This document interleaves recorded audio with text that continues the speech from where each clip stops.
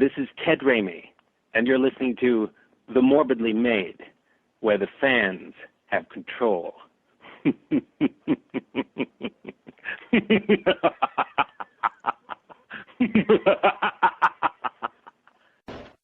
It's only been a few hours since I've translated and spoken aloud the first of the demon resurrection passages from the Book of the Dead. Shh! Listen up. This is my father's voice. And now I fear that my wife has become host to a Kandarian demon. May God forgive me for what I have unleashed onto this earth. Last night, Henrietta tried to kill me. No. It's now October 1st, 4:33 p.m. Henrietta is dead. I could not bring myself to dismember her corpse, but I dragged her down the steps, and I buried her. I buried her in the cellar. Someone's in my fruit cellar! Someone with a fresh soul! Out of the house! There's something down here! It's a trick! I know it! Move it! Open those chains up! Come to me. Come to sweet Henrietta. Something down here! Please!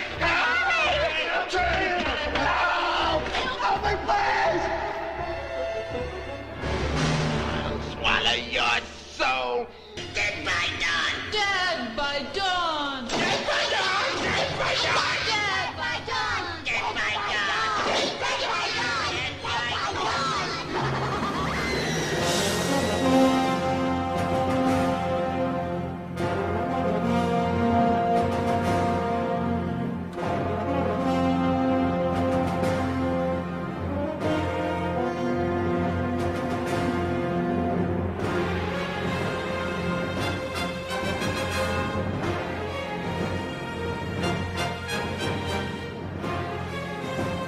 The long, lingering shots, the awesome points of view, the times when the camera just swings a full 360 degrees around, and you get the full understanding This of is our Evil Dead 2 presence. retrospective. It is As you can absolutely see, amazing direction. John is still wrapped up in the original Evil Dead. He's so wrapped up in it that he just can't stop talking about it. But so we have good. to get into the Evil Dead No, 2. Mike, you don't understand how fucking good John, this is. John, I understand, but you need to understand that we're moving on to the reboot of the franchise with Evil Dead 2. We're done shit. with Evil Dead 1. Evil Dead 2. Yes. Oh. We're done with Evil Dead 1, sir. That ship has sailed. Okay. That was out like a week ago. Okay. We're on 2. Okay, we're on 2. All right. Well, yeah. We might be a little bit fucked in this regard because you think. Well, wow. I didn't really pay that close attention to it. I didn't really do a lot of research. That's disappointing. See, then you're in luck because I did pay attention to the film, and I didn't do much research, but I paid attention to the film. So you're in luck. Yeah. Well, we're gonna give this a shot, and I'm gonna try my damnedest for everyone out there. So appreciate it, motherfuckers. I'm trying. Yes, and then actually, wait. Before that, though, we have a really an intriguing interview with Mr. Danny Hicks, who played. Intriguing interview. That is a hell of a way to put it, Mike. Look, an intriguing interview with Danny Hicks, who played Jake in Evil Dead 2. Here's the deal. If you say it sucks, I'm beeping you out. I'm not gonna say it sucks. I'm gonna be honest real quick with everyone about the interview. Be okay. Honest.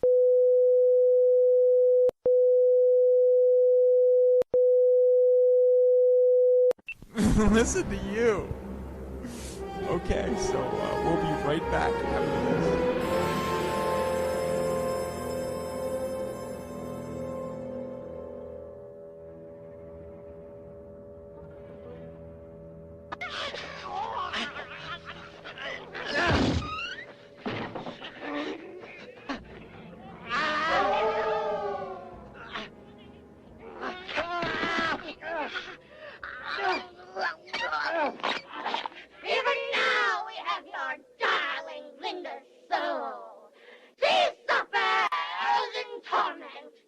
You're going down. Chainsaw.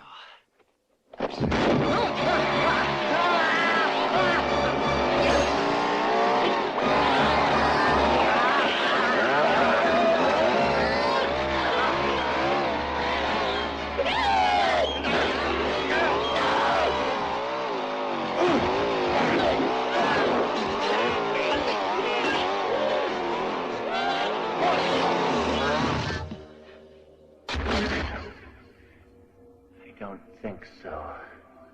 We just cut up our girlfriend with a chainsaw. Does that sound fine? Well, we're back, and joining us right now, it is my great pleasure to welcome the great Danny Hicks from Evil Dead 2 and a myriad of other films that hopefully we'll get into here. So here he is. Hi, guys. How are you? Good, good. Thank you so much for coming on. Honestly, when we were sitting down and considering the Evil Dead retrospective, Mike automatically asked me, because I'm the huge Evil Dead fan, who we wanted to try and get. And got to say, Danny was one of the first people thrown on the list, and I'm honored that we have you, sir. High praise indeed, my friends. High praise indeed. Well, let's just get into this. What actually drew you to audition for Evil Dead 2? My agent. Yeah, I was, even though I'm from Detroit, the same as Bruce and Sam and Rob Tappert are, I didn't know those guys. I was kind of in the theater world, and they were just starting out making their films. And my agent called me and asked me to audition for the part. And that's what I did, and I got the part, and that's how I became involved in the whole thing. Well, it's cool. Since it was just kind of through your agent, were you a fan or aware of the first Evil Dead before this then? No, I had never seen it or even heard of it. I heard, I think at the time they were making, I can't remember the name of the movie right now, but they were shooting it in Detroit, so I knew that there was a movie being made. But I didn't know those guys at all. The only one out of the whole group that I'd even met before was Ted Raimi, and that was through theater. Okay. What really helped you figure out how you wanted to play Jake and all that, since, I mean, this guy's kind of an eccentric, out there character, and I'm just kind of curious what you chose to bring to it to make it your own. Well, it's just like any other character role you play. I read the script, I talked with Sam, and evidently he thought I could bring something to the role through my audition. He saw possibilities that at the time I probably wasn't even aware of. And I just read the script and came up with a character, and I just approached it like any other role I would have. And Jake was born. Well, that's cool. Since you brought up Sam, I gotta ask, I mean, I know you guys have kind of become friends, and you've worked on quite a few of his films throughout the time. Gotta ask, what was your favorite Sam Raimi movie to work on then? I'm just curious, man. Well, I think my favorite Sam Raimi movie that I worked on was Darkman. That was is kind of a physically demanding role because I played a character with one leg. So we had to develop a harness and everything and tie my leg up behind my back. So it was very physically demanding. And I got to work with Liam Neeson, Francis McDormand, Larry Drake. It was just a wonderful, wonderful experience. I really enjoyed it. In fact, it's still one of my favorite Sam Raimi movies. Cool. I just, probably about a week ago, watched Oz, and are you in that? Because I could have swore I saw your name in the credits, but I don't recall seeing you. You know, I worked on that show for, I haven't seen it myself, let me preface that. I worked on it for almost 4 weeks. And the scenes I'm in, or I was in, to be truthful with you, I'm not sure that I didn't end up on the cutting floor. Because a lot of people ask me where I am in the movie. And seeing as how I haven't seen it, all I can do is describe the scene. But yes, I did work on it, and people have told me that they've seen my name in the credits, but they haven't seen me. But then again, I've got a handlebar mustache that's almost a foot long, and the costume and everything. It doesn't look much like me, which is okay. So to be truthful, I don't know if I'm still in the movie or not. Yeah, because that really threw me. When I was sitting there, Tim came on screen, and I was just like, oh, that's Tim. I've been talking to him. You know, I saw the credits, and I was like, oh, Danny's in this too. It's like, I don't recall seeing him. I'm in the same scenes as Tim Quill is. Okay. So I'm in there somewhere. If Tim's there, I've got to be there. And I had, I don't know how many, maybe 10 or 15 lines of dialogue. I'm just screaming at the witches, and they get all pissed off and start throwing fireballs at the crowd. Yeah, so okay. I'm in the melee there somewhere, I guess. Yeah, I'll just have to pay attention next time I watch it and really try and pick you out because, I mean, Tim's a little obvious. We've seen him with that mustache before and whatnot, so I'll have to pay closer attention for you. I think he took it home with him, too. So. Well, that's true. You and Tim have actually become good friends, too, right? Yeah, I never met Tim until we did Spider-Man 2 together. Of course, I knew of him, and he knew of me. But after working on Spider-Man 2, we became pretty good friends. In fact, he lives right down the street from me. Well, that's cool. And then you guys actually played a couple in My Name is Bruce. Yes, we did. There's an interesting story behind that. Have you heard Tim's version of it yet? No, I haven't. Okay, good. Then I get to tell my version first. Well, Bruce, this is Bruce's, well, it wasn't his first movie, but it was his movie, 100% his movie. So he contacted us and said, come on up and help me make this movie. Well, we didn't have a script. So when we got up to Oregon, because we shot this in Bruce's backyard, in case you didn't know. We got up to Oregon, he says, well, you guys just come up with whatever you want to do. And just let me know about it before we start shooting. So Tim and I were talking, and I said, it would be funny, because Bruce is making fun of himself and Sam and everybody else. I said, it'd be funny if we just made fun of the characters that we played. So I said, I'm going to make fun of Jake for Evil Dead 2. Tim says, well, yeah, I'll make fun of the blacksmith in Army of Darkness. So we came up with this little bit. And just before we started shooting, Bruce came up to us and said, all right, so what are you going to do? So we told him. He listened to it very calmly and then said, okay, but you're gay. Roll cameras! So we had no idea we were going to be gay until about 2 seconds before they rolled footage. Well, it actually worked because I remember the first time I watched it and then kind of the reveal that you two are a couple, and that just sold it to me because that made it that much funnier. It was funny. In fact, if you watch very carefully, you can see me especially trying so hard not to laugh because I had no idea what was coming. And I didn't know if Tim was going to reach over and grab my hand or whatever it was he did and say, I can't quit on you, or wish I can't quit on you, whatever it was he said. I had no idea he was going to do that. It was interesting. It was an interesting shoot. Well, then, what's it like working with Bruce? Because, he got you on My Name is Bruce, and, you guys worked together with Evil Dead 2, so I'm a huge fan of Bruce. What is it actually like working with the guy? Well, working with Bruce is one thing. First of all, let me just say, I love Bruce Campbell. I love the actor. I love the man. He's one of the greatest, nicest human beings I've ever met in my life. Working with him is a lot more fun than working for him, if you know what I mean. He's a pretty tough director, which really kind of surprised me. He can kick some ass on a film set, when he's the boss. When he's not the boss, of course, he's just a laugh a minute. I mean, he's very serious about his craft, but it's more fun to work with him than it is for him. That's interesting. I mean, I get it that him as a director, he's trying to be in control, but it's kind of nice that a lot of the stuff that you read and whatnot about Bruce is actually true. That he actually is a really nice guy. So he's one of the nicest people I've ever worked with in my life. He really is. I'll give you an idea of what he is. This is like 4 or 5 years ago. He just decided to have Thanksgiving at his house up in Oregon.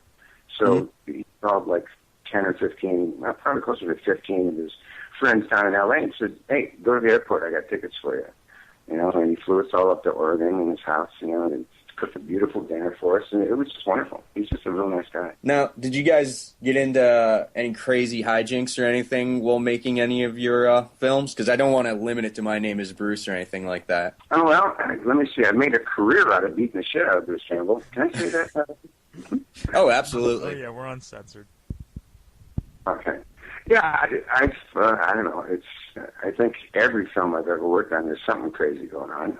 I'd be hard-pressed to think of something individually right now, but it's just the whole thing is mostly fun. Out of the entire Evil Dead series, your character is the only one besides a couple bookcases to actually kick Bruce's ass. How does that feel to play the only character to best the chosen one? You know what? I never thought of that. Thank you for bringing that up. Yeah. I'll have to mention that to Bruce next time I talk to him. I'm the only guy in Evil Dead that's kicked his ass. Hey, good for me. I mean, he gets slapped around and whatnot. You know, you're the only non-Deadite to really kick his ass. You know what? You're right.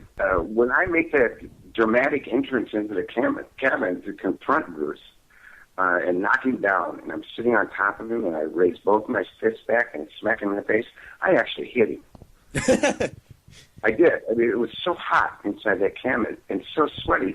My feet were just covered with sweat, and they slipped inside the boots I was wearing, and actually hit him in the face. And if you look real closely, you can see his lips starting to swell.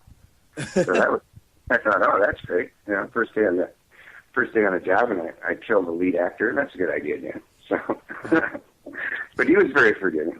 Well, yeah, having read his biography, yeah, it seems like that seems to be an ongoing theme throughout the movies with him. What is probably the most memorable thing from shooting Evil Dead 2 for you? Two things come to mind. Well, that one, the little screw up there, and then when I force him outside the cabin with the shotgun and hit Bruce in the back of the head, his foot comes up between my spread legs and hit me in the balls so hard. I just saw stars, and I managed to jump down off the porch, and Sam said cut, and I just threw up all over everything. My balls filled up like 3 times their normal size. Really, and that in the heat, it was so hot shooting that. I thought, especially poor Ted Rainey in that huge Henrietta suit, I thought the poor guy was going to die. I mean, they literally, when they take the suit off and we're done shooting, they'd pour sweat out of his boots. And it was just horrible. It was very hot. So then, with you having said that, I guess I don't really have to ask what the worst part of filming it was. I think that was at the heat. It was just so hot. They actually shot the interior cabin scenes. Was shot inside of a junior high school gymnasium in the middle of the summer in North Carolina, and it was 2 stories high. And of course, you couldn't have air conditioning running when we were shooting, so it had to have been 110, 112 degrees in there. It was brutal. Oh my God! And all the sweat you see on the actors' faces, none of that's been sprayed on. They didn't have to. It was very hot in there. Yeah, and then getting fake blood and anything else on you, I can imagine that was not fun. It was sticky. Oh, that's another thing too. Of course, the blood was covered with Karo syrup and that kind of stuff, so the flies loved it too. And that was interesting. Oh man, I gotta say, I really love kind of your character's demise in Evil Dead 2. I just think it's such a good payoff that we're convinced that it's Bruce that's coming to the door, and all of a sudden you rip the door open and she stabs you. You know, we get that great reveal that she's screwed up. She's probably killed the only other human, and then you actually get dragged into the fruit cellar and all the blood spraying out. What was it like to film that? And what did you think, not actually being aware of the Evil Dead, just coming in and kind of reading this? I don't really remember that I had any adverse thoughts. To me, it was just like, all right, we're just going to have a lot of fun doing this. So I didn't care what they did. Although when they dragged me down into the fruit cellar, when Henrietta drags me down the fruit cellar, the first time we did it, my only thoughts were, I'm going to fucking drown here. They had like 55 gallons of fake blood and a 3-inch fire hose hooked up to a high-pressure pump. And the first time we did it, the hose wasn't aimed correctly. And the blood just shot up, hit the trap door, and bounced right back and went right in my nose. So, oh, my God. I really thought I was going to drown. And then, of course, we had to do it again because the blood didn't come out of the trap door. It just all came back down into my face. So we had to do it again. That was interesting. But, I have to say this. That was my first feature film. So to me, it was just one huge adventure. I just loved every second of it. Nice. What's it like for you to kind of look back on this film now with the knowledge that this film has had a huge impact with a lot of the fans? I'm still trying to wrap my head around it. It's amazing. Certainly when we were shooting it, I don't think anybody could have possibly thought that it was going to go on to be as big as it is today. It'll be bigger tomorrow. It's just, the film is 25 years old or something? And It gets bigger and bigger every day. It's just incredible. I mean, I have so many people tell me that they just love the movie, and most of these people weren't even born when we actually shot the movie. They just love it. And it gets bigger every day. It's really incredible. Now, I know you do a lot of conventions. Do you have any crazy stories from the fans? Well, I don't know. I'm sure I have lots of stories, but most of them are X-rated, and I prefer to keep those myself. But what really surprised me more than anything else is I can't remember where I was. I think I was in Seattle, and we were doing a question and answer thing with Bruce Campbell. And the first thing he said was, "How many people here have Evil Dead tattoos?" And I thought, what? Who's going to have an Evil Dead tattoo? And there must have been 15 people in the audience that had Evil Dead tattoos, and they raised their hands, and I was just floored. I thought, Mike, are you kidding me? People have Evil Dead tattoos on their body? And they do. There's a lot of people that have. I'm actually not going to lie to you, Danny. I actually have a large Evil Dead related tattoo, so. Attaboy. See, I'm another member. Yeah, I actually have gotten a lot of shit for this. This is one of the things that I kind of like about Bruce is I actually sent this to him via Twitter, and he appreciated it, and he's actually kept the picture because I've seen before that he has actually reposted it. I actually have WWBCD tattooed across my stomach. That's cool. I mean, it's just cool. In fact, I was at a convention here a couple of weeks ago. One of my best friends got the Evil Dead 2 skull tattooed on his shoulder. Yeah, that's cool. Yeah, it is cool. It really looks cool. And kind of creepy because you walk around and the damn eyes follow you everywhere, and they're Bruce Campbell eyes. So it's just kind of freaky. But no, it's the ultimate compliment when you think about it. And Bruce actually sent me a picture one time of somebody who showed him his tattoo, and I think it was the skull from Evil Dead 2. And then the caption underneath it was, "These pages don't mean squat," which were my line. Ultimately, that's really one hell of a compliment. You know, it attests to how powerful the film has become. Oh, yeah, definitely. I was always, when I go back to get this touched up, have the little caption under it from "My name is Bruce." What would Bruce Campbell do? He'd run away. So I was always going to add "run away." And yeah. I don't know, talking to you, you're kind of cool. Maybe I'll add in what would Bruce Campbell do? I'll have the line be "kick Danny Hicks in the balls." There you go. You know, in his second book, Make Love the Bruce Campbell Way, that's part of the plot of the book, where we had to change my name because, well, I can't get into that, but for legal reasons, we had to change my name from Danny Hicks to Lanny Six. Yeah. Yeah, so he talks about that in the second book. I remember actually reading that, and I wasn't sure if it was ever true. Oh, it was true. It was true. Just that part. The rest of it, of course, he just went nuts and made up whatever he wanted to. In fact, it was very funny because myself and Ted Raimi did an audio version of that book. So here I was reading my lines as me. I'm thinking, wait a minute, there's something's wrong with this. But it was fun. That's cool. Do you have any plans to actually make any more films with Bruce or Sam or anybody? Well, you know, I'll work with either one of them any time. So it just depends on what they do next. I've heard talk that he's talking about Evil Dead 4. Now, I would love to work on that, but I don't know if that would be possible because of what happened to my character Jake in Evil Dead 2. Coming back would be, I don't know, kind of Jesus-like, I guess, because they did dismember me quite sufficiently. But no, I'd love to work with either one of them. Even though I said that Bruce is hard to work for as a director, that doesn't mean I wouldn't work for him. He's a great director. He's different as a director than he is as a fellow actor. But I'd love to work with either one of them anytime. We actually just talked to Fede Alvarez a couple days ago. He said that Sam is working on an Evil Dead 4, and, I think it'd be great to be able to see you back again. Now, you wouldn't have to play the same character, and if, Sam has an issue with that, you can always point out that Ted Raimi's in every goddamn movie he makes. That's true. Then again, I can't complain either because I've been in 5 or 6 of them. So yeah. But yeah, if there's any way we can work it out, believe me, I'll be there. I'll be there. Sure. I think that'd be really cool for a lot of the hardcore fans. Yeah, I think so too. You don't really seem like you're much of a horror fan, So what kind of got you into the horror genre and acting in them? I know you said that Evil Dead 2 was your first feature, but I'm just kind of curious as to what got you to continue down that road. I've always enjoyed horror, but I didn't even start acting until I was 29 years old. Yeah, I just kind of fell into it accidentally. I mean, I got on stage one day, kind of like a joke.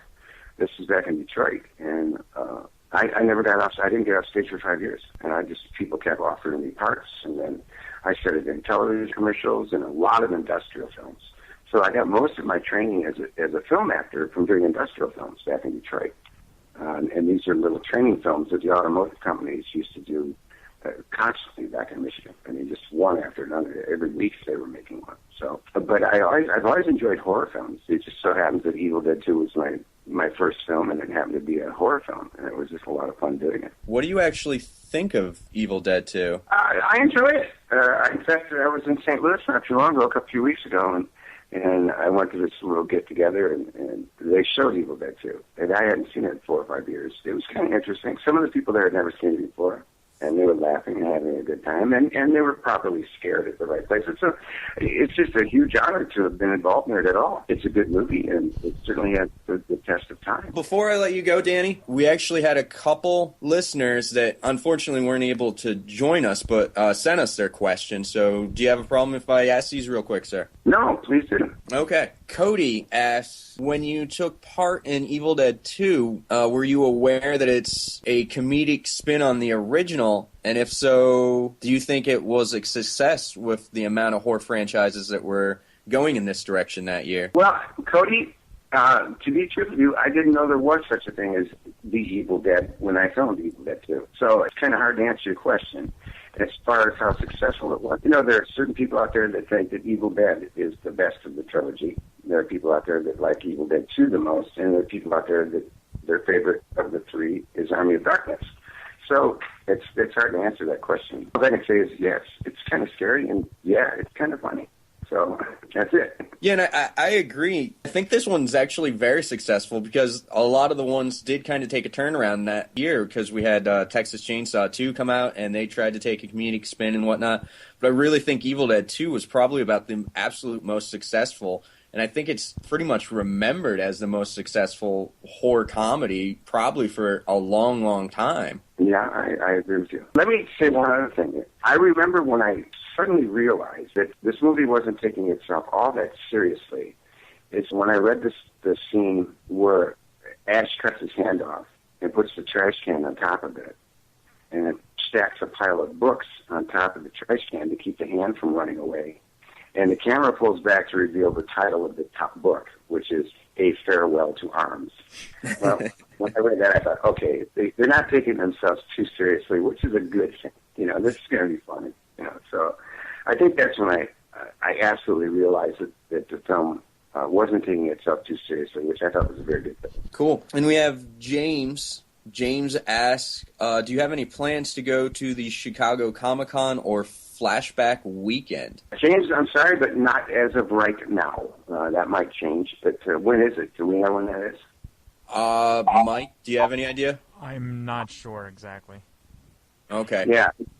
I think I've got 3 or 4 conventions scheduled for later this year, but I don't believe those are one of them. I can tell you what they are, though, if you want to know where. Please do.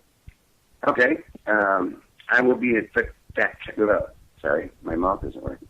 Fatality Fest, June 7th through 9th, and that's in West Palm Beach, Florida. That's Andrea's. We actually talked to her a little bit ago. We're big supporters of her. Yeah.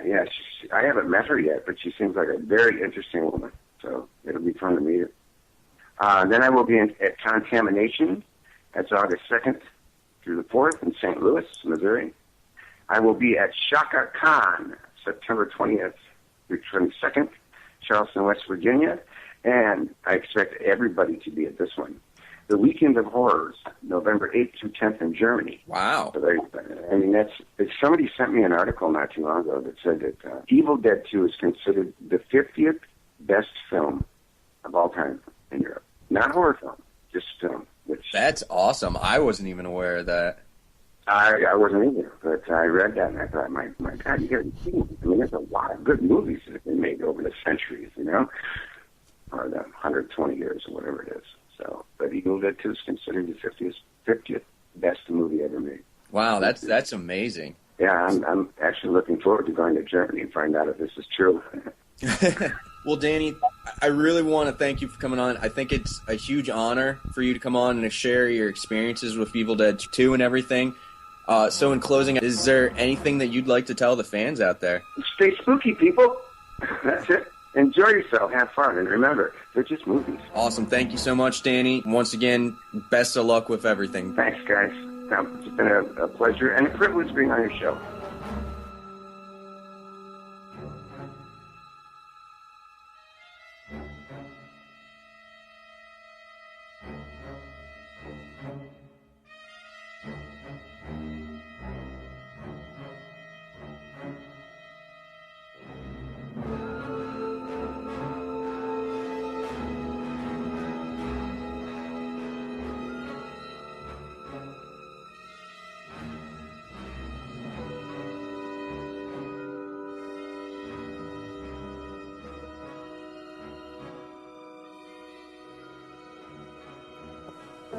I thought the movie was completely great. It was the most brutal brains and guts I've ever seen in my life. It was hot. I mean, it was so scary. I was jumping out of the seat. I hid through about half of it.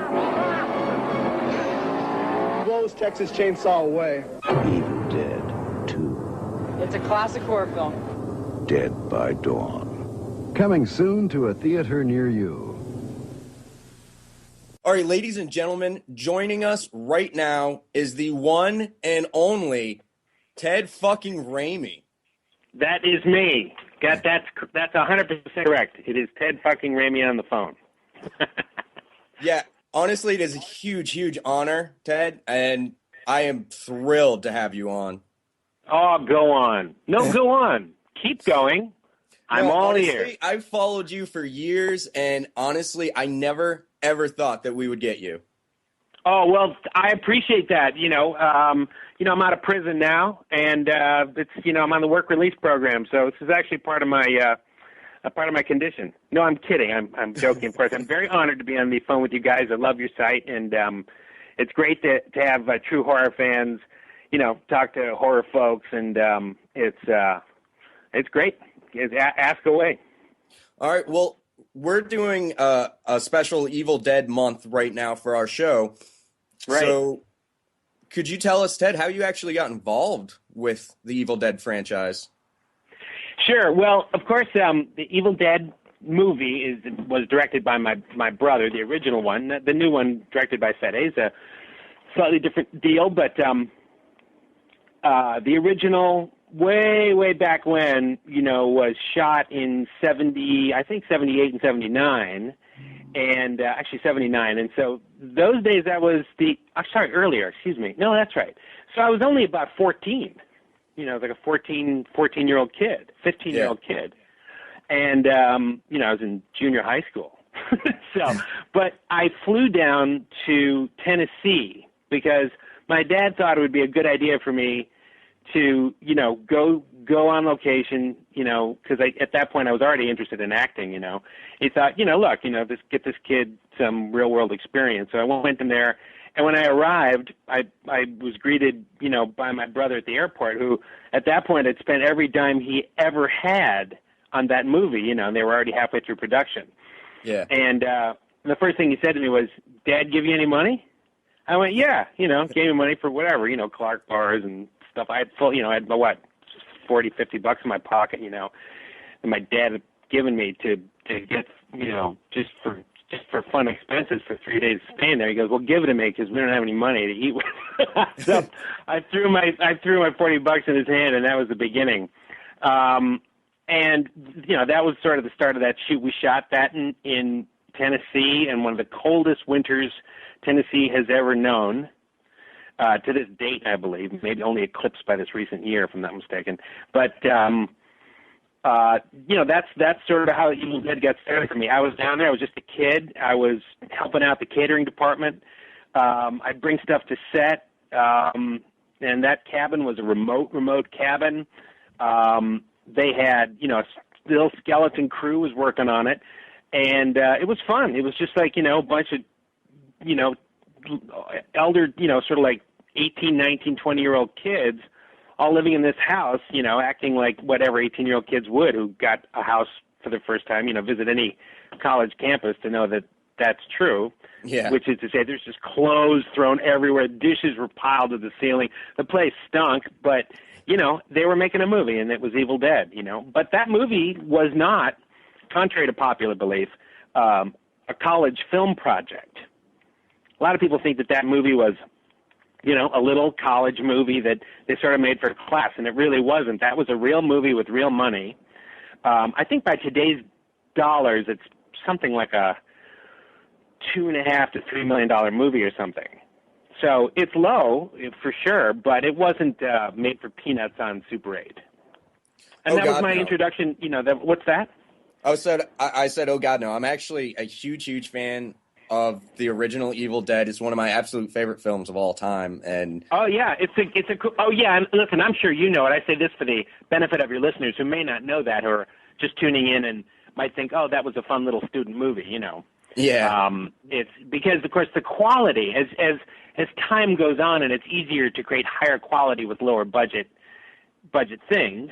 Yeah. That now appears to be a very, very low budget picture, but in fact it wasn't. Those are the days when there was, the only people that ever shot on video were TV studios. I know that you actually did some acting in that one. How much would you actually say you are in the original?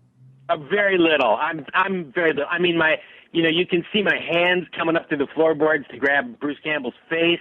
My feet are actually, I'm sort of, jumping in for Hal Delrich's feet as he walks toward the curtain. Maybe a couple more little bits in the background, but that's it, Okay. It's funny, I get asked that a great deal, but some guy interviewed me yesterday from England, and he said, so what happened to your career after that? I said, well, I went back to junior high school, finished my finals. Nothing happened. I was like 14 years old. I didn't even, really understand that I was a human being at that point. But it was good. I mean, it did sort of open my eyes to, to what I could do for the rest of my career. And then right after I got out of high school, I started working. So, but that was a great introduction to movie making. Yeah, and then from right there, you, I mean, how important was Evil Dead 2 for you as an inspiring actor? It was important for me because it was a baptism by fire. Very few actors begin their career in that way. It started, I went down, we were in we shot Evil Dead 2 in a crappy gym in North Carolina, this abandoned high school, this very small town. And it was summertime in North Carolina, so inside the gym was about 100 degrees. And, of course, I was in a giant foam latex suit with tons of appliances on my face. Now, these days, when you make appliances for a face, that's, for those of you who don't know, appliances are the individual pieces of foam rubber latex that go on a face to create monster makeup. In those days, it would take about 15 to 20 pieces individually glued on my face, taking around 5 to 6 hours to complete that costume, sitting in a chair. These days, though, it's much easier for actors because they can do it in 2 or 3 pieces, because the blending techniques have gotten so much better since that movie was made. But so that was really hard to sit in that chair for 6 hours, then to go into that gym, which inside the suit was probably close to 110 degrees, and just gulping Gatorade between takes. They even got an oxygen mask for me so I wouldn't pass out. Oh. In addition, they had a shop vac that was turned, that they reversed the flow of, and they would plug it into the back of the suit to give me some air. So it was rough, and I was 20, so when you're 20, you can kind of take it. How old are you guys right now? I'm actually 29 right now. Yeah, you'd both be dead doing that now. Even at, even at around 30, it's too much. But at 20 years old, I could just barely take it. And I remember while we were shooting that, I was invited to a party that K&B was throwing. Greg Nicotero, Howard Berger, and all those guys were throwing this party, including Mark Sjostrom and stuff. And so I went, yeah, great, And so this is going to be great. And so those guys knew all, tons of girls and stuff. I thought it was going to be a blast. And I went over the party after work, and as soon as I got there, I crawled behind a couch. It was about 8 o'clock at night, and I fell asleep. And that's what my life was like, for like 3 weeks of shooting that movie. I just couldn't keep my eyes open. Also, there was so much glue used that I remember waking up frequently, at 3, 4 o'clock in the morning with my ear just stuck to the pillow, glued to the pillow, and having to like peel it off because they just couldn't get it all out. There was so much on there. But anyway, that was a real baptism by fire, as I said, because no other movie I've ever done, no matter how long it's been, no matter how lousy the hours were, no matter how bad the script was or anything like that, as a director or an actor, was ever as hard. So everything in my entire life that I've ever done since that it felt like a piece of cake. It's sort of like, it's why you almost never find ex-Marines hunting for animals. It's because when someone's shooting back at you, hunting for game is really, really boring, and for the same reason, any movie I've done where they said, "Hey, Ted, let me throw a little blood on you. Is that okay? Is that okay?" And the makeup artist's hands are shaking and their eyes are darting left and right because they're so used to actors going, "I don't want that crap on me." For me, it doesn't even matter. It's all nothing. So it was a great intro for that reason. Well, that's awesome. Now you're also in Army of Darkness. Right. Honestly, out of the entire franchise, what would you say, which one stands out the most to you? Well, I don't like to play favorites with movies. I mean, they're all great and they're such different movies that it's very hard to gauge which one is my favorite. So that I'll stay away from. But I'll say that Army of Darkness was really much more like a I guess.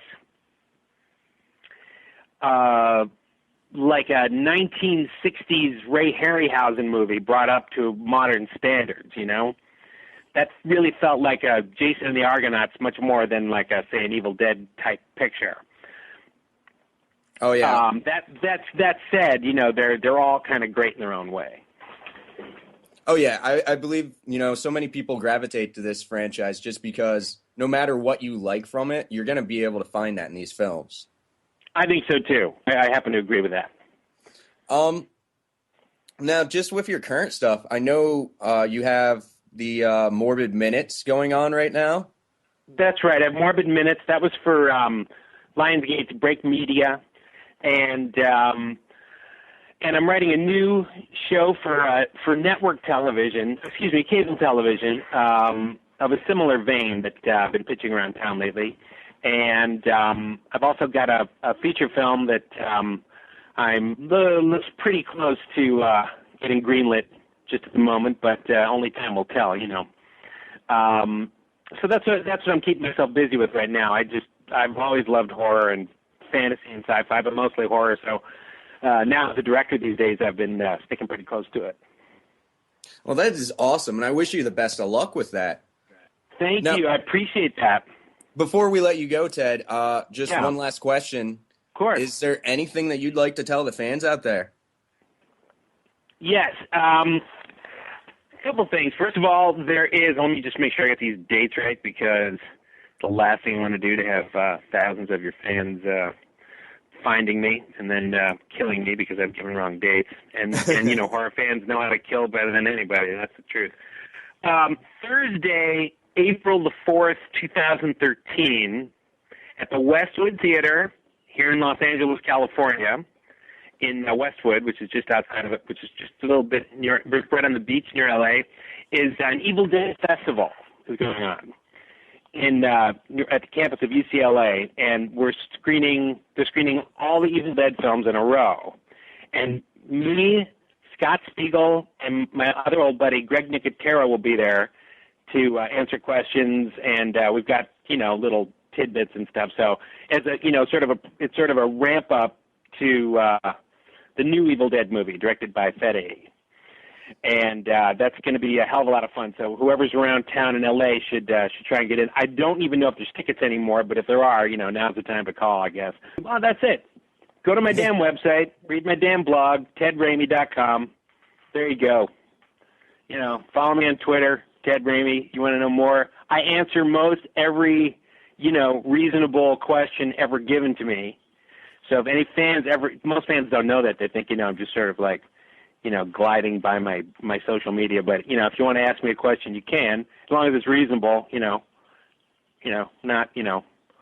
Well, that is awesome that you're staying in contact with your fans and you're, that's Twitter's awesome. Twitter's the greatest thing ever. But back in the old days, like, when I first started in this business, when I was doing like Xena and, as an actor on Sequest and all that stuff, movies I'd done, Clear and Present Danger, all that, writing, you just had to write fans back old school and letters. Now that you don't have to do that anymore. Now it's just all Twitter, which is kind of great because it's instantaneous. I love it. Honestly, as a fan, when you do get that response, it's always so nice. I just want to thank you as a fan that you stay in contact with your fans. That's awesome. Oh, thanks, man. You're totally welcome. And hey, thanks for interviewing me, guys. It's been an honor. I think you got a great site, and call me next time. We'll chat some more about some new stuff when it comes available. Awesome. I would love to do that. Cool.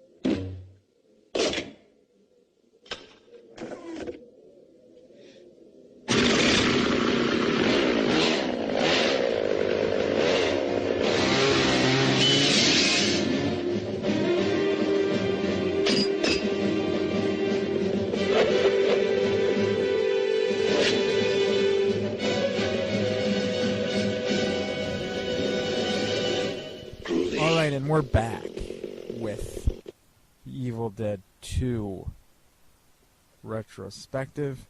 And John, I gotta say one thing. Go. Let's roll this bitch. Gotta say, I really do like the catchphrase, Mike.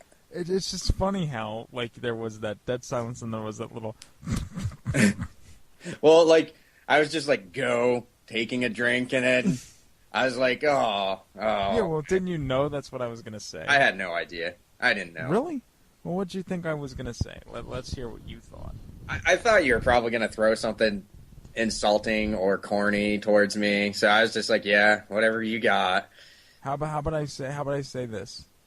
Bruce Campbell is Wuzzle Wuzzle. I don't speak gibberish, so whatever. Yeah, let's get into this. Evil Dead 2, Dead by Dawn. Dead by Dawn! Dead by... Yeah, whatever. Okay. So, first and foremost, let's hit some quick little trivia, because I don't fucking know. There's trivia in the movie? Well, there's a tiny bit, but I meant, like, in the beginning where I hit up the whole little, like, interesting aspects before the film. Oh, wait. Oh! I thought you were talking about how, like, the first 10 minutes of the movie or so is a redux of... No, we're getting into that later. And then, okay. Pause. You hold that. Okay. I will. All right, so don't worry, I will. They made The Evil Dead, and then their follow-up film was Crime Wave. After Crime Wave, Sam, Bruce, and Rob Tappert decided they kind of needed to reestablish themselves and kind of get back to what worked. And is it? Hold on a minute. Is it because Crime Wave was not the best film ever? Crime Wave fucking bombed. Hey, isn't Angus Scrimm the tall man in Crime Wave? I believe he is. I do believe so. And yeah, that movie bombed, so they kind of went back to what worked for them, and we get Evil Dead 2. But another really interesting aspect about this, and I actually really like this. Aside from the fact that it's a remake. But No. You know how one of the big driving forces originally with the Evil Dead was the fact that Stephen King endorsed it. Well, yeah, but see, if I was Stephen King, I wouldn't have endorsed Evil Dead 2 because, Well, there's actually no endorsement, but here's kind of something that's really interesting. Well, Stephen King was having dinner and discussing the current project he was actually directing with Dilo De Laurentiis, which the current project was Maximum Overdrive, I think the only film Stephen King has directed. He was talking about, the Evil Dead and how much he was a fan of it and everything, and actually convinced Dino to, finance the sequel. So that's how we actually got some big financing behind Evil Dead 2 was, once again, Stephen King came to the rescue.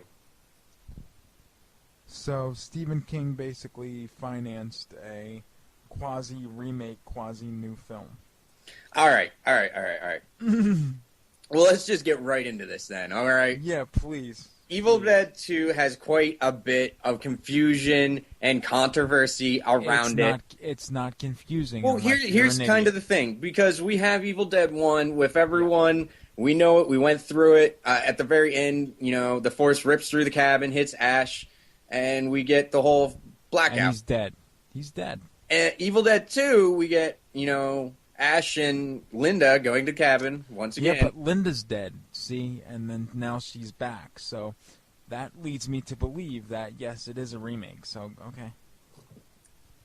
Well, here's the thing. With Dino, financing this, they had a completely different company behind them. And they couldn't actually use any of the stock. They couldn't use any of the stock footage. They couldn't use anything from the original. And they actually couldn't even get too close to replicating it because they did have certain stuff already set up. Well, then Bruce shouldn't have been in it. Huh? If they couldn't get close to replicating it, then Bruce should not have been in it.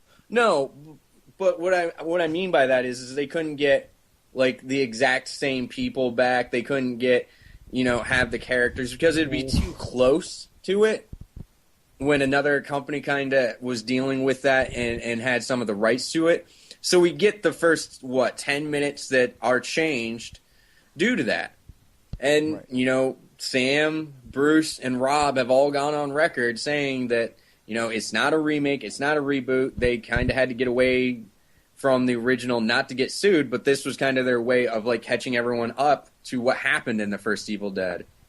So, what do they fuck think you, Mike. Fuck you. Well, wait a minute. No. Fuck them. Because are they to believe? Am I to believe that they think that nobody saw the first Evil Dead because they had to catch people up? I think that that's just a cop-out excuse because they don't want to admit that it was a remake.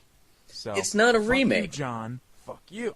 No, because look, I even have quotations from the star, producer, and fucking writer-director. Okay, first of all, I don't not count Bruce, a fucking remake. I don't count Bruce Campbell as a star in any stretch of the imagination. Bruce Campbell is a fucking star. He's the man. Maybe. And this is another thing too. If they were trying to get away from the look of the original, well, because obviously we know they couldn't get the ladies of the Evil Dead to reprise their roles, which is no big surprise. So why did they just keep Bruce on? Why didn't they just go with somebody else? Well, because Bruce was the leading star. Bruce has been with them from the beginning. And honestly, because, it's supposed to pick up right where the first one ends. Right, which, but Ash died. So, see, this is what I'm saying. Ash died, so... Ash didn't die because it picks up. If you actually just, cut out that little snidbit, there's going to be some slight differences. But, Ash is standing there, the Force fucking hits him, it throws him through the trees, he hits the tree, hits the puddle and whatnot, and he's possessed, it picks up right there. It's goofy. I mean, the whole aspect of him being possessed. Honestly, you know, I do like the film, but it's goofy in that sense. What do you mean? The fact that he gets possessed after being attacked by the Force? Yeah, I mean, that I thought was a little too, you know, and I mean, I like it, but it seems like that's a little too much. Well, if you remember in the original, that's how a couple of the characters actually became Deadites, as they were attacked by the Force. Right. So I kind of think they just gave us a little bit more than we saw in the original. But here's what really confuses me about this, is Ash gets attacked, you know, turns into a Deadite, and then, you know, he turns back. What the fuck does this mean? Is it because of the sun, as they kind of played it up, or is it because Ash is special? I mean, is there something different about this guy that he can become a Deadite and just switch back? I don't know, and I wonder that myself. That doesn't make sense to me. How can you go where, like, only his hand is possessed, and then he takes off his hand, so then it stops it? I don't get it. And see, we get that with this movie a couple times, because, you know, in the beginning, the Force attacks him, and Ash becomes a Deadite. And you're led to believe, or at least Ash believes, that the sun's what drove it out. We get the hand starts to become possessed, and we get the cool effect, just like we do in the first one with Linda, with the black coming out from the wound and whatnot, and we get that, and his hand becomes just like a Deadite, but it kind of stops, and he cuts his hand off, which fucking cool as shit. Love that scene. But it doesn't, like, continue with him. And then later in the film, he becomes a Deadite again. And he finds, like, the fucking cheap-ass pendant that he gave his girlfriend. And, like, that emotional connection brings him out of it. So wait a second. Is that how we're supposed to suspend belief that this isn't a remake? Because he finds the pendant that he gives Linda in the original. Well, I here's my belief. Okay. All right. I think they gave us on-the-nose quick explanations around this. Like, the sun drove it out. They don't really explain the hand. Maybe it just didn't spread up past that before he cut it off. And then, you know, he becomes a Deadite again. Wait, let me go, right, please. Continue, yes. The hand. Fuck you, you got me thrown off, you know. He becomes a Deadite again, and fucking seeing the pendant, he starts to cry as a Deadite and then turns back normal. And they lead you to believe that it's the sun, it's whatever with the fucking hand, I don't know. And then it's the pendant. And nobody else, not a single other character, though, has anything like that. And I almost want to say it's because there's something different about Ash. Yeah. Well, that's bullshit. Let me tell you why. Because I don't believe for a second that it could have only spread to his hand and then it didn't go any further before he cut it off. That's a bullshit excuse. Because when Linda got it in the ankle or wherever the hell she got stabbed with the pencil or whatever the thing was, she was pretty much possessed like that second. Well, no, because if you think about it, we really don't know how long she was laying in bed. We don't know how long that took. We did just get the cool scene where, like, he throws back the blanket and we see it spread out, but we don't know how long that was at work, honestly. Oh, we know. We know. It was only a few minutes. I actually want to say it was probably longer than that. It might have been like an hour or so in real life. Well, but we need in to the get film, Sam yeah, it was Raimi only a on. couple minutes. We need to talk to Sam Raimi then, because I don't know. Yeah. I tend to disagree with you, actually. You do not think that Ash is, you know, anything special with this or anything like that? You don't think that's a possible explanation? Oh, no. No. Because Ash isn't special by any stretch of the imagination. He's just a normal Joe Schmo that works at S-Mart. And I think that's what's so cool about this, is that, you know, he is not what you would think of and we actually get to watch this character grow and develop from kind of the meek, unopposing guy to the guy that's going to step up and do what he has to a guy that becomes a full-fledged hero later on. Hold on a second. I just have to go on because I just think that that's crap, and I'll tell you why. Because all right, first of all, in Evil Dead 1, he was pussified. He was meek. He was pussified. In Evil Dead 2, he was pussified until he put the chainsaw on himself. Oh, bullshit. I'm not bullshitting. You're full of shit. No.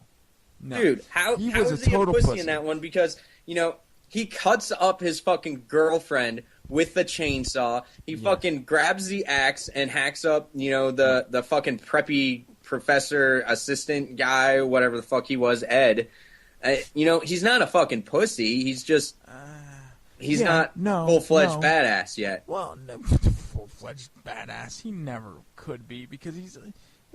I mean, I don't want to get into the Army of Darkness stuff because we're not there yet. And that's why I just lightly touched upon it.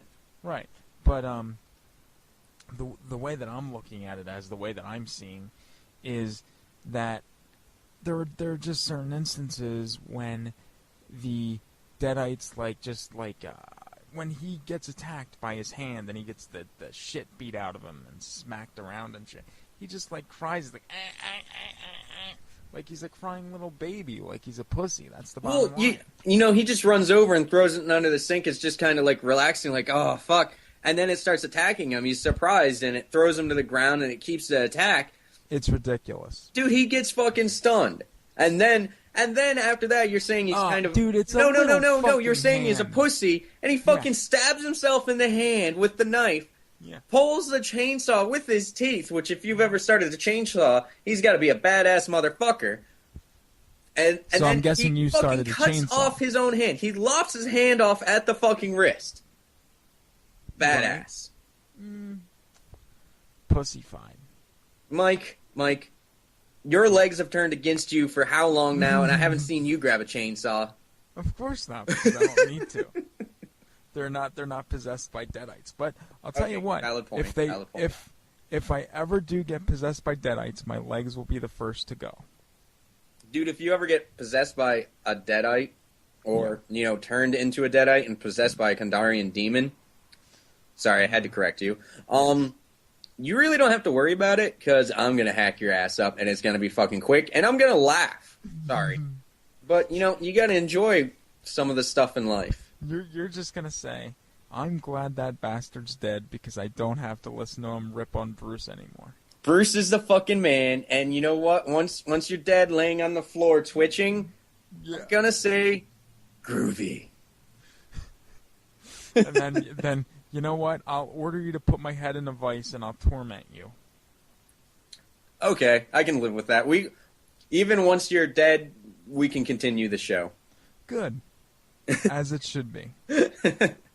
All right, getting back to the movie. After that whole debacle with kind of becoming a Deadite, Ash gets back to the cabin. Linda's headless body, which he just fucking left outside, when he knows he needs to chop him up.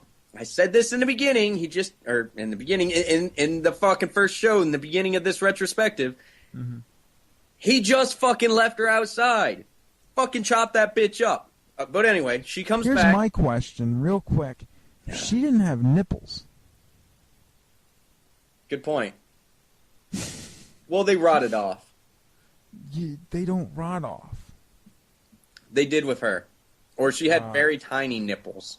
That's not accurate. You don't know. Have you seen that actress's nipples? That mold could have been exact. No, because I doubt that the actual actress was that thin.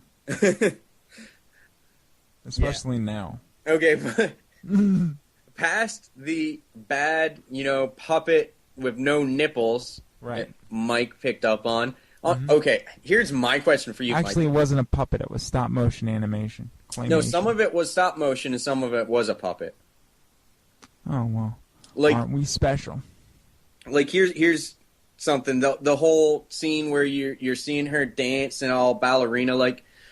That's stop motion, and it's actually, a ballerina that taught dance class at Sam's high school. Oh, I was going to say that you were going to tell me that Bruce took one for the team and did the dance. Oh, no. But here's my question for you, Mike. Yeah. Were you watching this, and you're just sitting there on Blu-ray with it, and it's just like, oh, here comes up the naked Linda, and just like, did you start to undo your pants a little bit, looking for the nipples and whatnot? Well, not really, because it was a puppet. I don't know, man. You were paying attention to that shit. I've never picked up on the fact that the nipples weren't there. Well, no, I'm sitting there and I'm like, well, this is awesome in surround sound, and then all of a sudden I'm like, wait, she doesn't have any nipples. I'm like, that's the weirdest thing I've ever seen. I was ready to write Sam Raimi an indignant email because of it. Okay, Mike. Moving past the fact that you were obsessed that it didn't have nipples. Yeah. He ends up he cuts her up with a fucking chainsaw, right. Which I enjoy that. I like the sound design. I like that we just see it in shadow and the blood spraying. I think that was pretty cool. And then he goes back and he just kind of like loses his fucking shit, Do you think, when you see him losing his shit here, do you think that any of this stuff could be happening in his head past that? Like the fucking deer laughing at him and all that. Do you think any of this is actually, like, taking place in his head, or are the Kandarian demons really fucking with him? I think it's a little mix of both. I think that with Linda, he probably had a little bit too much to drink. And I think when she No, because if you remember, he opened the champagne and he was bum bum singing, and then he dropped it before they even had any. Oh, he licked it off the floor. No, that could happen. Yeah. I know some people that would. I'm sure you do. Oh, you do too. Yeah, I do. Don't deny it. But I would say, I think that I think that some of it, like I said, is his mind playing tricks, and then some of it is the Kandarian demons. Like I think that the whole deer head was a little. I think that was probably all in his head, because it was a little freaky that the deer would just start like dancing around like that and doing that shit, Yeah, I kind of think all of that was pretty much just Ash pretty much losing his shit there for a little bit. And then we had, like, everyone else kind of arrive, and, it kind of snaps him back to reality. So, 2 different takes, whatever you believe, good for you. Right. But, from here, we kind of got, Ash cuts off his hand, he has the whole fight with that, and then, Annie, Ed, Jake, and Bobby Joe show up, and kind of, Ash freaks out, shoots the door, Jake comes in, beats the shit out of Ash, and they kind of throw his ass in a basement, and then, of course, they find the tape recorder and start listening to it, and we get new information that Professor Noby's wife, Henrietta, went nuts, gets possessed, and tries to kill him, and, she then, decides to pop up out of the fucking floor in the basement and attack Ash. Dude, what the fuck do you think took that bitch so long to pop up out of the fucking floor and attack somebody? Well, nobody was down there, so that's No, why. because this is a continuation from the first one. There have been people there. Why the fuck did she wait so long? Well, because, I'll tell you why. Ted Raimi wasn't cast in the role yet. Ted hadn't quite suited up yet for that part, huh? No, he was still in high school. He was still his around 14-year-old svelte self, and he just was not ready to don the Henrietta Diggs as of yet. Honestly, that's something that kind of gets me. I mean, I get that the guy couldn't kill her and he buries her in the basement. That's fine, but looking at it as a continuous story, that's kind of a hole, because she should have come up before. Right. But well, here's it is a really good plot piece, though. So well, I just don't get why you would bury somebody in the basement like that. Well, see, yeah, why wouldn't you just take her outside and like throw her, like dump her off that bridge that they had there on the way to the cabin? Well, obviously, because, anytime you try and really leave the cabin, the force comes after you, the trees, like, everything starts to turn against you. Well, then you know what? Give it to the force. Don't bury it and make the force have to go through the earth and the dirt and all that crap to get to it. Just throw it right out there. Here's kind of the deal, he drug her down to the basement, he buried her, and then he fucking nailed the basement door shut, which, we do see in the first one, and chained it up. So I think he just thought that it was kind of like a double layer of protection for himself. Can I ask you a question? Sure. Do you think that professor was kind of a gay gentleman? Gay?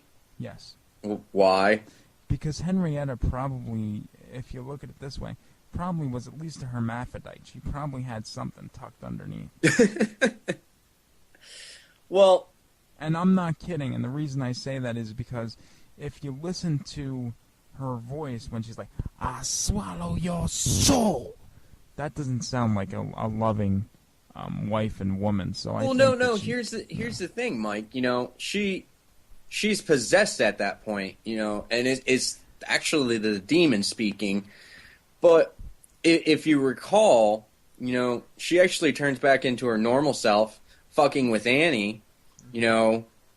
Singing the song and begging her to be let out. She's obviously a very kindly old woman, the kind that anybody would want to have as their grandma.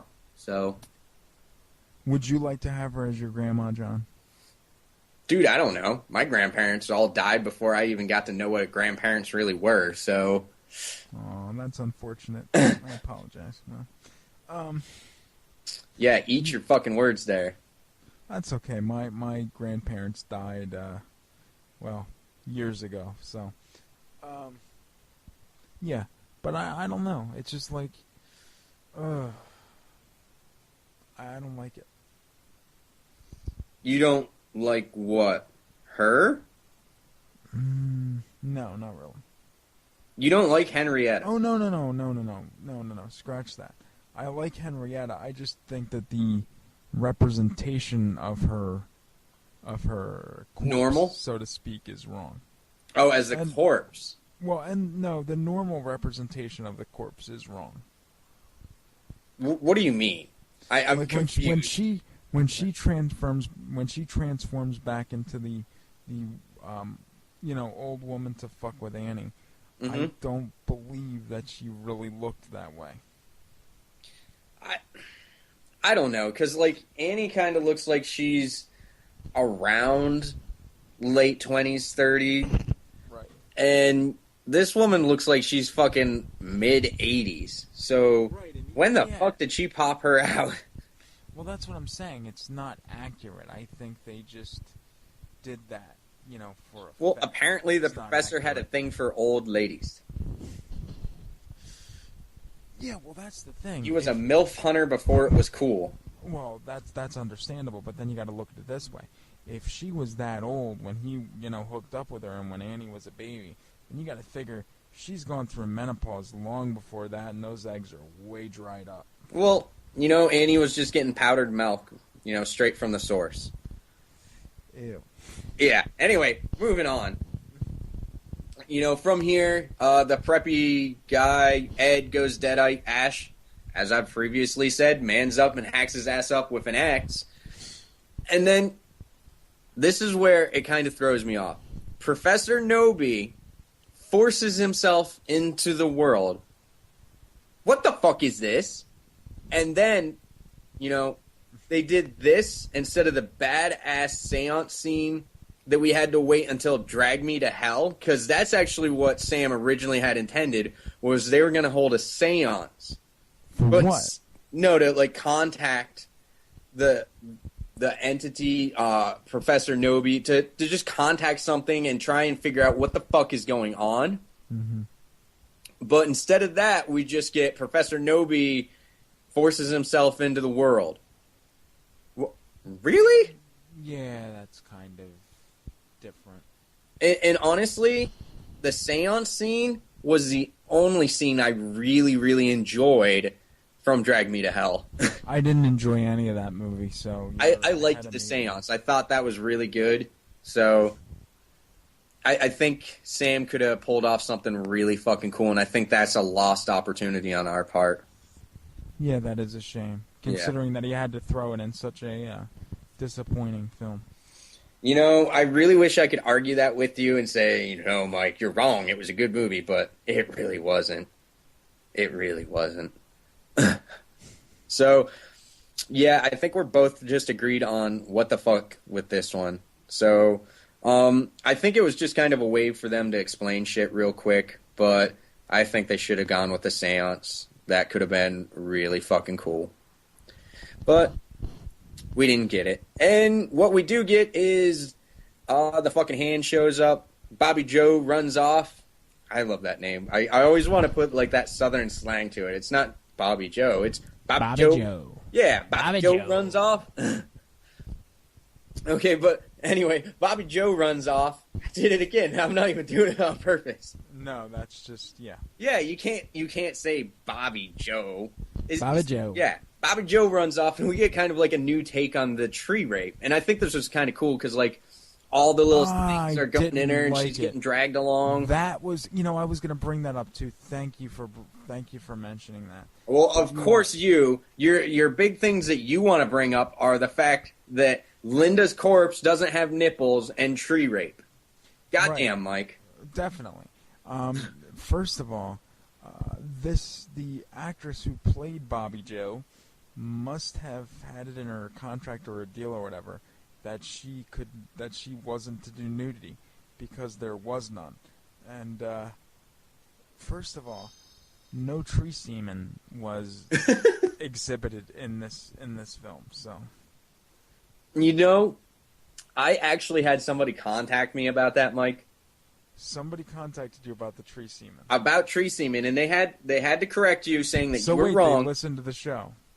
They had to say that you were wrong, and tree semen would be brownish, just like tree sap. So I disagree with whoever said that. But past that, because semen is not brown, so I disagree. I'm actually going to go off from what you said. I don't think it was that she had something in her contract. I think actually Sam had probably received so much flack about that that he kind of wanted to put a new spin on it. Well, you know what? If you're not going to do it right, cut it all together. I'm sorry. No, I thought this was kind of interesting because we get her like completely screaming and freaking out, and the thing's shooting in her face. And she's getting dragged along so fast that the puddles are, like, exploding. And, like, the tree has a face that's growling at her, and it, like, just pulls her straight in. It was cool. I'm not saying it's bad. It was dumb. I just love when you're like, it was shooting all over her face. I said in her face. Well, in her face, on her face, wherever. Jesus Christ, Mike. You know... There's a new rule from now on. You're going to have to watch some porn and spank little Mikey before we fucking record, because Jesus Christ, man. What the fuck? I'm just saying, that's all. I'm making an observation. All right. Yes. But from here, you know, we end up, some shit happens, and we get probably one of the greatest montages ever of Ash creating his chainsaw hand and, you know, the sawed-off shotgun, and it's just fucking awesome. I will say it is fairly cool. Yeah, is fucking cool as shit. We get the awesome groovy. And, you know, a little snidbit, if you actually pay attention, I mentioned this in the first one, we had the Hills Have Eyes poster. This actually continued because Wes Craven picked up on it, and actually in Nightmare on Elm Street, the movie Nancy's watching is The Evil Dead. Mm-hmm. And Evil Dead 2, if you pay attention in the woodshed just above the door, is Freddy's glove hanging there. And the funny thing did not is notice. the reason the glove changed in the Nightmare on Elm Street series is because somebody sold the prop, and that's how it ended up on Evil Dead 2. Really? Yeah. Like, Sam, nobody really owns up to it, but that's the legitimate prop from, I forget which Nightmare. It was either 2 or 3. Yeah, it was literally stolen. It couldn't have been 3, because 3 came out in 87, the same year as Evil Dead 2. So I wouldn't think that it was 3. I would think that it was either 1 or 2. So somebody was probably, on both sets and stole the glove from 2. So I think that's kind of cool. Yeah, no, that is definitely cool. I will give you that, definitely. Yeah, and I really like the fact that, Wes Craven got in on it, and they kind of got a back and forth going. No. Yeah, I mean, Wes Craven is a decent human being, as is Sam. Yeah, no, and I don't know. I find that intriguing to kind of get into that little behind-the-scenes shit. Oh, yeah, no, totally. But, from here, Jake had already been a douchebag, throwing the pages down in the cellar with Henrietta, and Ash goes down, he gets the pages, and he starts to translate them to banish the evil, and Ash ends up and kicks Henrietta's ass. Fucking pretty cool, I guess. I mean, it looked choreographed as shit, but pretty cool. I do like the whole little, I'll swallow your soul, swallow this. Boom! That was cool. That was good, I will say that. That was good. Yeah, obviously, because Mike's already stole that for the intro to one of the shows. I did. Well, no, because there's a story behind that, and I'll just recite it real quick.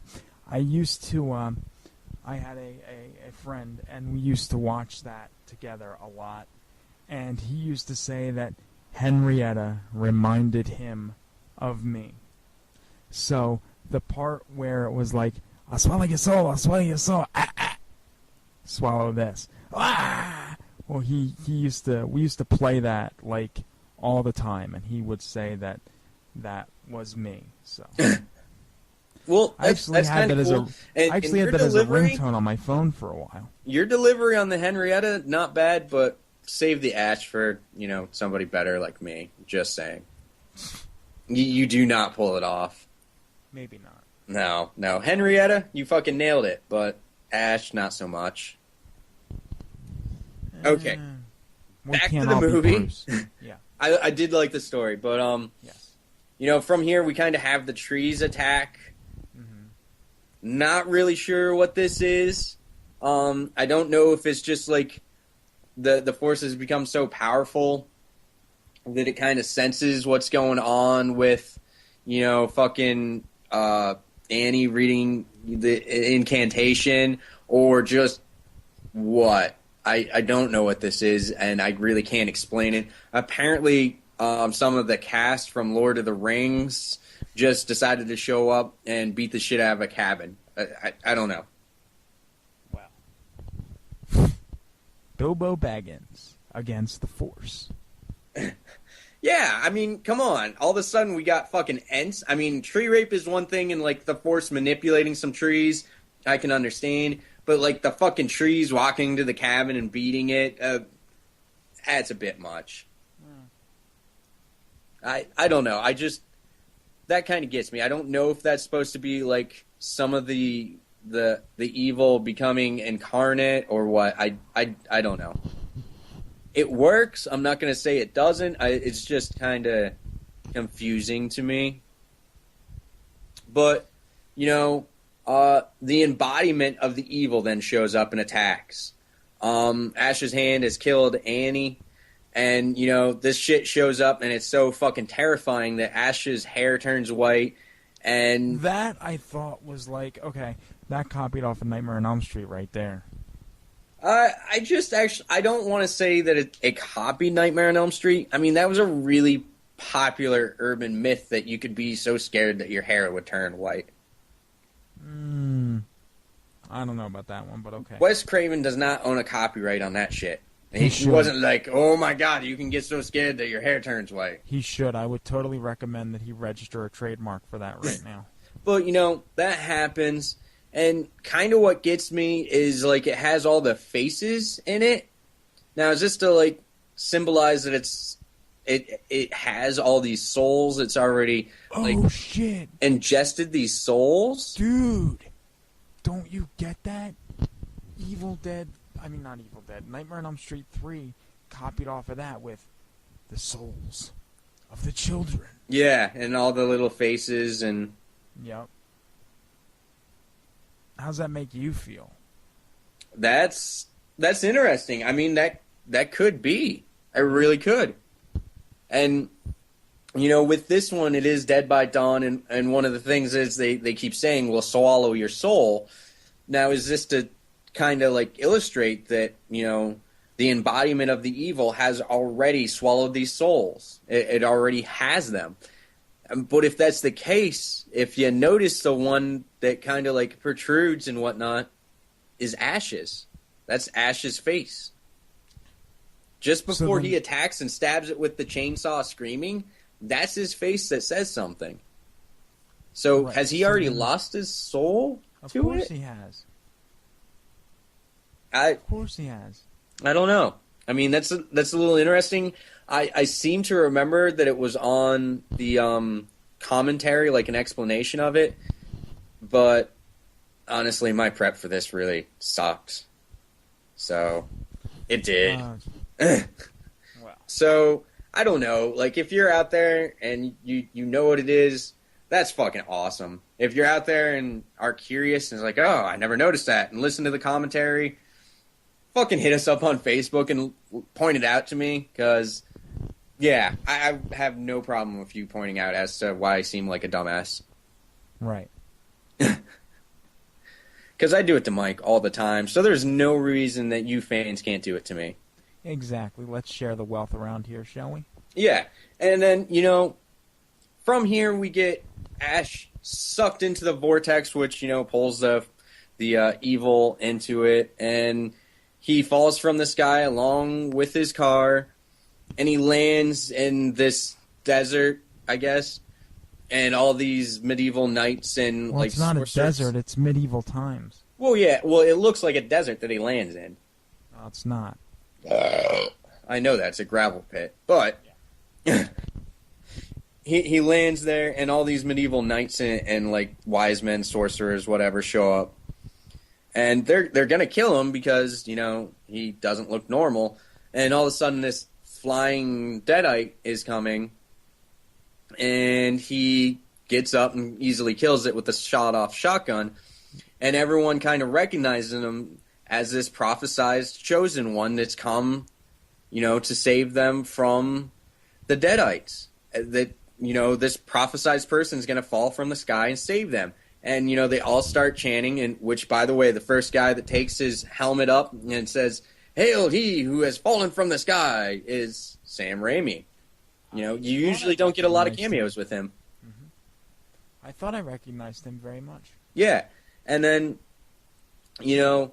all these guys start chanting him, and Ash realizes that, oh, fuck, I'm not done. I'm not even remotely done. I've got sucked back in time, and now I've got to save these primitive fucking screwheads. And he just starts, he just starts breaking down. He can't believe that he got fucked over again, and it ends the film. And honestly, Mike, this is probably one of the best endings that they could have done. I love that ending. I really do. And that flying winged deadite that's coming, I love the look of that deadite. I really, really do. And like you and I have talked before off air that I'm such a fan of this. I'm actually dedicating my one entire leg to this. It's going to be all Evil Dead. And that deadite is going to be kind of like a central part somewhere, just because I really love the design of that one. Yes. Well, overall, John, what do you think of this film for rating-wise? Okay. I'm usually the one that puts you on the spot. But, I've really thought about this. I enjoy this one a lot, but there's just some elements that don't work. Like, it is more of a comedic approach, and I don't think it always works for me, mostly because I am such a fan of the original, and I guess just going into this and how close it is, it's kind of the same location and everything, or at least it's very closely matched. And I guess I just end up wanting more of the original. So, you know, I've always avoided doing this, but I'm actually going to take a page from you, Mike, and I'm gonna add a half in here. I'm actually going to go 7.5. And I would probably have to go a 7. Really? I expected that you would be like 8. This is a fucking 8. No, I'll stick with a 7. I mean, I really do like this one. I appreciate it. I mean, I've watched it several times. I own the Book of the Dead edition. It's just certain things don't always pay off to me. And right. No, I agree with that, definitely. I mean, this is a very fun, enjoyable watch. It's just, it could be better. Yeah, it could. And I think, you know, having listened to our retrospective, me and Mike kind of agreed on quite a bit of the little things that either don't make sense or could have been pulled off better. Yeah. So, overall, there was some good gore in it. The direction is pretty good, but like a lot of the ambition and just like Sam's look what I can do with a camera kind of disappeared on this, and that disappoints me a little. Right. But then, you know, we get it back with the next film, I think, in spades. So I guess without further ado, we can close this chapter and look forward to our next installment where we cover Army of Darkness and have a pretty nice interview with Tim Quill, the blacksmith himself. Yeah, I'm looking forward to it. So, yeah, fuck yeah, Evil Dead 3, The Medieval Dead, coming up.